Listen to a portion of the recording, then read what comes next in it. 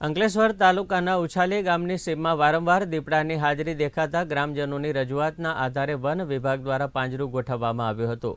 ભરૂચના ઝઘડિયા, વાલિયા અને નેત્રંગ સહિતના ટ્રાયબલ વિસ્તારોમાં વન્યજીવોની હાજરી નોંધાયા બાદ હવે અંકલેશ્વરના શહેરી વિસ્તાર નજીક પણ વન્યજીવો આવી ચડતા હોય છે। ત્યારે અંકલેશ્વર નજીકના ઉછાલી ગામે દીપડો નજરે પડતા ગ્રામજનોમાં ફફડાટ ફેલાયો હતો।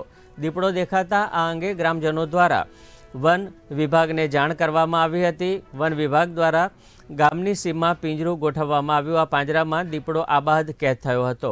દીપડો પાંજરે પુરાયો હોવાની વાત ફેલાતા તેને જોવા લોકોના ટોળા ઉમટી પડ્યા હતા। તો આ તરફ વન વિભાગના અધિકારીઓ પણ આવી પહોંચી દીપડાને સુરક્ષિત જગ્યાએ છોડી મૂકવાની તજવીજ હાથ ધરી। અત્રે ઉલ્લેખનીય છે કે આજથી 4 દિવસ પૂર્વે પણ અંકલેશ્વરના જ ખરોડ ગામે દીપડો પાંજરે પુરાયો હતો। ત્યારે વન્યજીવોનું જંગલ વિસ્તાર છોડી શહેરી વિસ્તાર તરફ પ્રયાણ ચિંતાનું કારણ બન્યું છે।